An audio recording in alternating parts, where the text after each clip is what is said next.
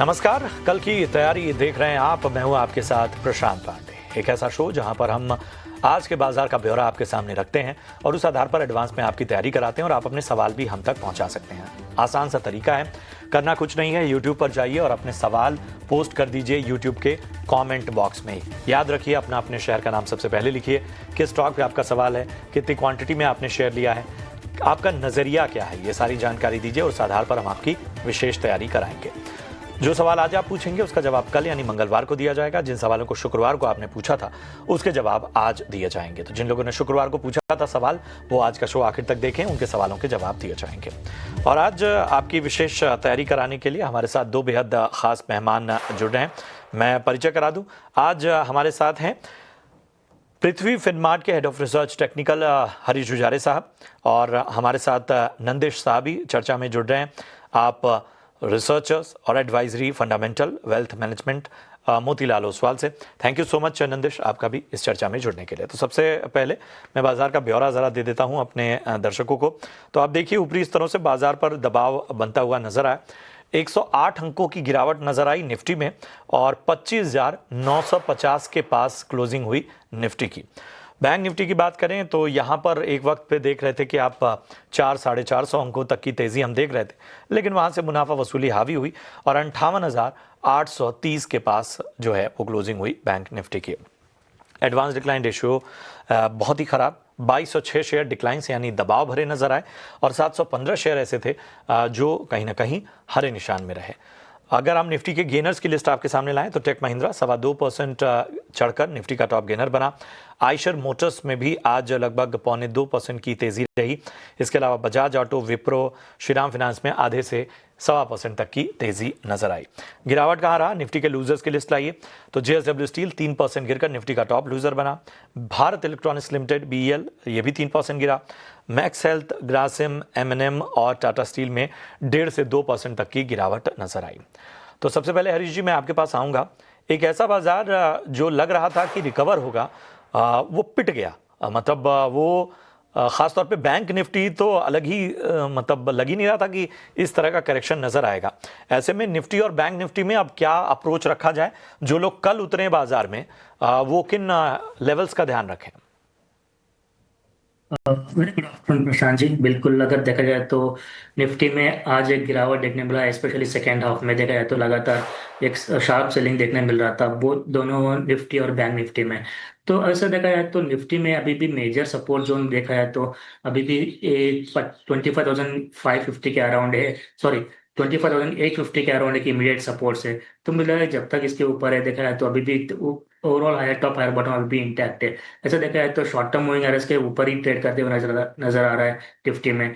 Overall मुझे लग रहा है कि जो भी है थोड़ा वोलेटाइल मूव देखने मिल सकता है आगे जाके, क्योंकि जिस तरीके से अभी तक बेस बनना नहीं है, हर बार देखा है तो ऊपरी लेवल से सेलिंग देखने मिल रहा है निफ्टी में। तो हो सकता है कि और थोड़ा डिप देखने मिले कल के ट्रेडिंग सेशन में, जहाँ पे 24,850 के आसपास 20 डे मूविंग एवरेज का सपोर्ट है। तो मुझे लग रहा है कि वो लेवल्स रिटेस्ट कर सकता है, वहां से फिर से एक बार रिवर्सल देखने मिल सकता है निफ्टी में। अगर वही जो बैंक निफ्टी की बात करते हैं, बैंक निफ्टी में देखा जाए तो बिल्कुल आपने सही बताया कि सुबह के टाइम पे अच्छा खासा होल्ड कर रहा था बैंक निफ्टी, लेकिन चलते लास्ट ट्रेडिंग हावर्स में एक ऊपरी सरल से अच्छा खासा बिक वाले देखने मिल रहा था। तो मुझे लग रहा है कि बैंक निफ्टी में भी देखा जाए तो 58,550 के आसपास स्ट्रॉन्ग सपोर्ट लेवल से मुझे लग रहा है कि इसके जब तक इसके ऊपर होल्ड है, Nifty higher top higher bottom का पैटर्न इंटैक्ट रहेगा और मुझे लग रहा है कि आगे जाके तेजी का एक रुख है। लेकिन जो भी है मुझे लग रहा है कि वोलेटाइल मूव्स देखने मिल सकते हैं, तो थोड़ा कॉशियस अप्रोच रखना चाहिए, थोड़ा बाय ऑन डिप्स का ही स्ट्रेटेजी मेंटेन करना चाहिए दोनों निफ्टी और बैंक निफ्टी।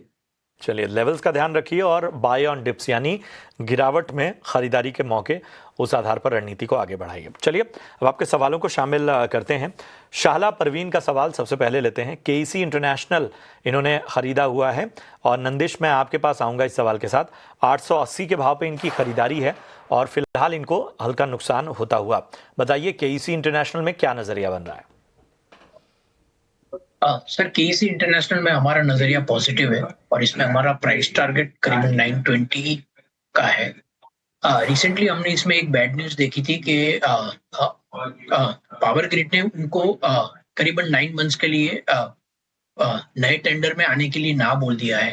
लेकिन over a period of time ऐसा लग रहा है कि पावर ट्रांसफार्मर और डिस्ट्रीब्यूशन सेगमेंट में अच्छी खासी ऑर्डर बुकिंग रहेगी और इसका सबसे बड़ा बेनिफिशियरी केस इंटरनेशनल हो सकता है। तो currently it is a hold. तो होल्ड करने की सलाह, और यहाँ पर जो लॉन्ग टर्म टारगेट्स हैं वो 920 तक के भी नज़र आ सकते हैं। अनामिका साहू का सवाल लेते हैं, और इन्होंने ग्रो के शेयर लिए हुए हैं 169। यहाँ पर नुकसान, जाहिर सी बात है कि जिस तरह की रैली थी उसके बाद एक नुकसान 4% आज भी टूटा है शेयर, एक 151 पे है। चूंकि टेक्निकल डेटा कम है, तो नंदिश मैं आपके पास ही आऊँगा, ग्रो पर क्या नज़रिया बन रहा है आपका?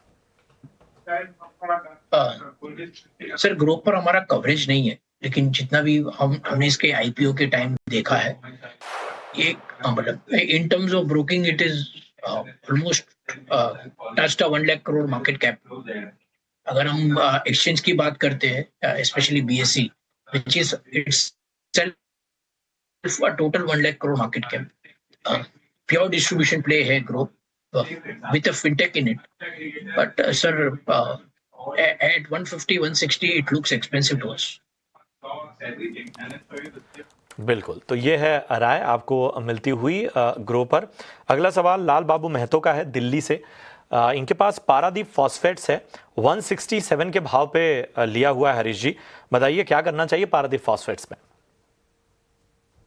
प्रशांत जी, अगर देखा जाए तो पारादीप फास्फेट्स में थोड़ा लगातार एक थोड़ा करेक्शन देखने मिल रहा था। देखा जाए तो स्टॉक प्राइस जो है ऑलमोस्ट आज के ट्रेडिंग सेशन में भी देखा जाए तो थोड़ा बहुत हल्का सा उछाल देखने मिल रहा था। लेकिन जो मेजर मूविंग एवरेज जैसे 50, 20 और 100, 200, तो सारे मेजर मूविंग एवरेज के नीचे ट्रेड होते हुए नजर आ रहा है।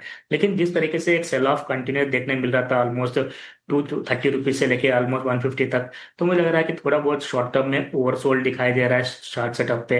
लेकिन अभी भी मुझे लग रहा है कि ऐसा मेजर रिवर्सल, ट्रेंड रिवर्सल तो दिखाई नहीं दे रहा है। लेकिन हो सकता है कि शॉर्ट टर्म में एक बाउंस बैक देखने मिले, जहाँ पे 165 से ले 168 तक के चांसेस है। फिर जिस तरीके से एक सेल ऑफ के बाद, तो मुझे लग रहा है कि फिलहाल के लिए इनको अगर उछाल मिलता है तो इनको एग्जिट कर लेना चाहिए, क्योंकि जिस तरीके से करेक्शन देखने मिल रहा है स्टॉक में, मुझे लग रहा है कि और थोड़ा एक्सटेंड भी हो सकता है। लेकिन अगर इनको बने रहना है तो मुझे लग रहा है कि स्ट्रिक्ट स्टॉप लॉस मेंटेन करना चाहिए 150 का। 150 के नीचे मुझे लग रहा है कि और थोड़ा और भी वीकनेस देखने मिल सकता है। ऊपर की ओर मुझे लग रहा है कि 160 से 170 के आसपास अगर आता है तो एक एग्जिट करना बेहतर रहेगा इस स्टॉक से। चलिए, तो ये है पारादीप फॉस्फेट पर सवाल। नंदिश के जूम में कुछ दिक्कत आ रही है उनके लाइव फीड में, हम उसको दुरुस्त कर रहे हैं। तब तक हरीश जी आपसे ही सवाल लूँगा। हनुमंत कंडे का सवाल लेते हैं। इन्होंने जो है वो लॉन्ग टर्म के लेवल पे एलजी इलेक्ट्रॉनिक्स पे नज़रिया चाहते हैं, और आईपीओ के भाव पे इन्होंने लिया, लेकिन लॉन्ग टर्म का इनका नज़रिया है। आई नो कि डेटा कम होगा, लेकिन कुछ राय दे पाएँ आप एलजी इलेक्ट्रॉनिक्स पे? प्रशांत जी, अगर देखा है तो देखिए सारे कंज्यूमर ड्यूरेबल स्टॉक्स में एक मोमेंटम तो देखने मिल रहा है। अगर मुझे लग रहा है कि एलजी इलेक्ट्रॉनिक्स भी एक बड़ा अच्छा सा स्टॉक है, जहाँ पे मुझे लग रहा है कि लॉन्ग टर्म के लिए बिल्कुल बने रह सकते हैं, क्योंकि जिस तरीके से हमने आईपीओ के लिस्टिंग में था बेनिफिट नहीं मिला, लेकिन मुझे लग रहा है कि लॉन्ग टर्म में बिल्कुल यहाँ पे एक टर्न अराउंड हो सकता है स्टॉक में। अगर टेक्निकली तो मैं इसके ऊपर राय नहीं दे पाऊंगा, क्योंकि इसमें डेटा बहुत कम है। तो मुझे लग रहा है कि इनको लॉन्ग टर्म नजर है, तो मुझे जहाँ तक हमारा व्यू है कि इसमें लॉन्ग टर्म के लिए पॉजिटिव अप्रोच ही रह सकता है। अभी फिलहाल के लिए मुझे लग रहा है बने रह सकते हैं कुछ टाइम तक। चलिए, तो ये है राय आपको मिलती हुई एलजी इलेक्ट्रॉनिक्स पे। राम बाबू शाह का सवाल लेते हैं, और इनके पास मून स्टेक के 63 मून स्टेक के शेयर हैं। 1100 रुपये में इन्होंने लिया है, 300 शेयर इनके पास हैं। फिलहाल इनको अच्छा खासा नुकसान होता हुआ। बताइए हरीश, आप इस स्टॉक को ट्रैक करते हैं क्या, 63 मून स्टेक? अगर प्रशांत जी बिल्कुल देखा जाए तो देखिए स्टॉक में क्लियरली अंडर परफॉर्मेंस देखने मिल रहा है। बीच में कभी एक बार बाउंस बैक देखने मिल रहा था, लेकिन ऊपरी स्तरों पे टिक नहीं पाया स्टॉक, वहां से फिर से एक बार लगातार डाउन ट्रेंड में है। मुझे लग रहा है कि इस स्टॉक में जितना जल्दी अगर निकल सकते हैं तो बेहतर रहेगा, क्योंकि जिस तरीके से एक डाउन ट्रेंड में है स्टॉक प्राइस में, लगता नहीं है कि स्टॉक में मेजर रिवर्सल देखने मिल सकता है अभी भी। तो ओवरऑल देखा जाए तो मुझे लग रहा है कि 820 से लेके 830 के अराउंड एक मेजर रेजिस्टेंस है। तो मुझे लग रहा है कि उसके चांस अगर आसपास आ जाता है कभी, तो बेटर रहेगा कि इसमें से निकल के थोड़ा अच्छे जो स्टॉक्स है आईटी के उसमें इन्वेस्ट करें, जैसे कि इन्फोसिस हो गया, एम्फोसिस हो गया, अगर मिड कैप में देखा जाए तो उस स्टॉक में मेरा व्यू बेटर रहेगा कि वहां पे जाके निवेश करें। तो फिलहाल के लिए इनका मुझे लग रहा है कि और थोड़ा वीकनेस देखने मिल सकता है स्टॉक में करंट लेवल से। अगर इनका लॉन्ग टर्म व्यू है तो थोड़े टाइम के लिए बने रह सकते हैं। अगर उनको उछाल मिलता है तो वहां पे एग्जिट करने की राय रहेगी 63 मंथ्स में। ठीक है, 63 मूनस्टेक कोई उछाल मिले तो निकल जाइए और आईटी के बाकी दिग्गज प्लेयर्स जो हैं वहाँ पर कहीं न कहीं खरीदारी बढ़ाइए। आज मोतीलाल ओसवाल की अपग्रेड की रेटिंग भी आई है आईटी स्टॉक्स पे और एम्फेसिस पर हमने चर्चा भी की। चलिए अगला सवाल जगत नारायण परसाई का लेते हैं। एचएएल के 6 शेयर हैं इनके पास, 3840 के भाव पे इन्होंने लिया है, फिलहाल फायदे में है। आज एचएएल पर दबाव इसलिए देखने को मिल रहा है कि जिस तरह से दुबई एयर शो में तेजस के क्रैश होने की और पायलट के दुखद निधन की खबर आई, तमाम चीज़ें वो कहीं ना कहीं सेंटिमेंट बिगाड़ती हुई। लेकिन नंदिश हमें बताइए, एचएएल 1 साल का नजरिया लेकर चल रहे हैं, फिलहाल फायदे में है, 3840 की इनकी बाइंग। सर हिंदुस्तान एरोनॉटिक्स पर हमारा व्यू पॉजिटिव है। जो फ्राइडे को जो एयर क्रैश हुआ स्पेशली दुबई में एंड फॉर तेजस को लेके हमको ऐसा लगता है कि दिस कैन हैपन एंड ये कोई नेगेटिव नहीं होता है एचएएल के लिए। वो उनका जो भी डिलीवरी टाइमलाइंस है they will be able to meet end FY27 और FY28 in terms of earnings growth will be far higher for Hindustan Aeronautics. So it is a hold as per our study. तो लंबी अवधि के लिए बने रहने की आपको सलाह हिंदुस्तान एरोनॉटिक्स लिमिटेड में। प्रेम सिंह का सवाल लेते हैं राजस्थान से। ओला इलेक्ट्रिक के इनके पास शेयर हैं, 5000 शेयर खरीदे हैं, प्राइस रेट इनका 63 का है और फिलहाल जो है वो यहाँ पर नुकसान इनको होता हुआ, और ओला अपने आप में एक केस स्टडी बन चुका है। नंदिश आप ही बताइए, ओला इलेक्ट्रिक का बाइंग प्राइस तो काफ़ी ऊपर की है 63 की, और 5000 शेयर भी ले रखे हैं इन्होंने और नुकसान भी हो रहा है। सर ओला इलेक्ट्रिक हमारे कवरेज में नहीं है तो मैं इसके ऊपर कमेंट नहीं कर पाऊंगा। चलिए हरीश, आप कुछ राय दे पाएंगे ओला इलेक्ट्रिक पे?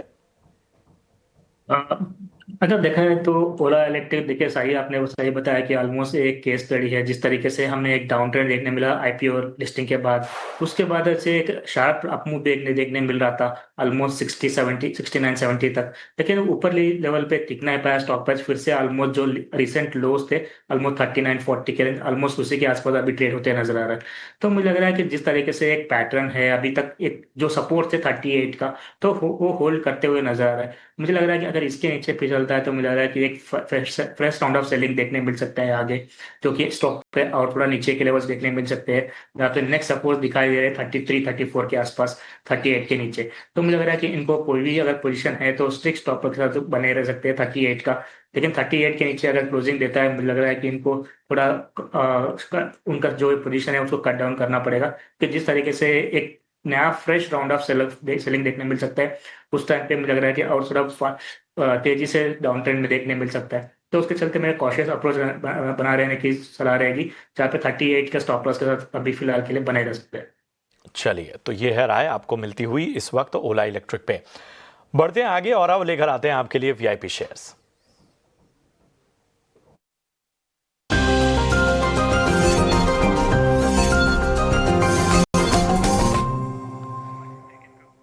और हरीश जी मैं आपके पास ही आऊँगा, और उस बीच में नंदिश आपसे गुजारिश है, आपकी कॉल्स वीआईपी नहीं आई हैं, तो एक या दो जो भी स्टॉक का आपके रडार पे हो लंबी अवधि के लिए आप लगते हो जहां पर पॉजिटिव, तो ज़रा चुन के रखिएगा, मैं आपके पास लौटूंगा। हरीश जी आपके पास आता हूं, हमें बताइए कि आज आपकी टॉप पिक कौन कौन सी है? प्रशांत जी, बिल्कुल अगर देखा है तो मार्केट थोड़ा सुस्त है और ऊपरी लेवल से सेलिंग देखने मिल रहा है। उसके चलते मुझे लग रहा है कि थोड़ा बहुत आईटी में थोड़ा मोमेंटम देखने मिल रहा है। मुझे लग रहा है कि नीचे अभी भी बहुत बीटन डाउन है स्टॉक्स आईटी में, तो उसमें से मेरा स्टॉक रहेगा स्पेसिफिक विप्रो में। अगर विप्रो में देखा जाए तो कंसोलिडेशन के बाद ट्रायंगल ब्रेकआउट देते हुए नजर आ रहा है, तो मुझे लग रहा है कि विप्रो में खरीदारी करने की राय रहेगी करंट लेवल्स पे, जहाँ पे ऊपर में शॉर्ट टर्म के टारगेट्स दिखाई दे रहे हैं 260 और 265 के लिए, और स्टॉक लॉस मेंटेन करना चाहिए 240 विप्रो में। और दूसरा स्टॉक रहेगा नायका। अगर नायका में चार्ट स्ट्रक्चर देखते हैं तो क्लियरली आज के बिग वाली के बावजूद मार्केट्स में एक हायर टॉप हायर बॉटम अभी भी इंटैक्ट है। कहीं ना कहीं मुझे लग रहा है कि ट्रैक्शन वहां पे है अभी भी। तो न्यू जेन स्टॉक्स में मुझे लग रहा है कि ट्रैक्शन बना रहेगा आगे भी जाके, तो नाइका करंट लेवल्स पे बाय करने की राय रहेगी। और डिप्स आता है तो वहां पे अक्यूमुलेट कर सकते हैं नाइका। यहाँ पे मुझे टारगेट दिखाई दे रही 284 का पहला, और उसके बाद 290, और स्टॉप लॉस मेंटेन करना चाहिए 260 नाइका में। चलिए, नायका में 260 का स्टॉप लॉस, 284 290 तक के लक्ष्य नजर आ सकते हैं। विप्रो की अगर बात करें तो यहाँ पर भी खरीदारी की राय मिलती हुई। विप्रो में 260 का टारगेट, 240 का स्टॉप लॉस मेंटेन करना है। नंदिश, आप बताएं, आपके रडार पे कौन से स्टॉक नजर आ रहे हैं लंबी अवधि के लिए?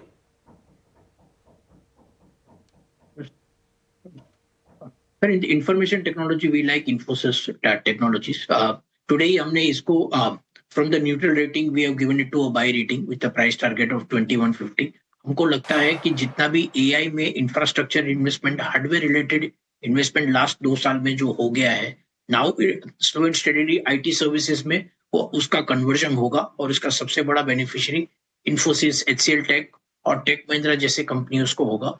और इसमें हमारा प्रेफर्ड बैक इज इन्फोसिस। बहुत बहुत शुक्रिया करेंगे इस अहम राय के लिए। आनंदिश, आपका बहुत बहुत धन्यवाद। हरीश, आपका भी दर्शकों का मार्गदर्शन करने के लिए, बाजार पर राय देने के लिए। बहरहाल, कल की तैयारी में आज के लिए इतना ही। अपने सवाल ड्रॉप करते जाइए कमेंट बॉक्स में, हम कल उन सवालों के जवाब देंगे। देखते रहिए ET Now स्वदेश। नमस्कार।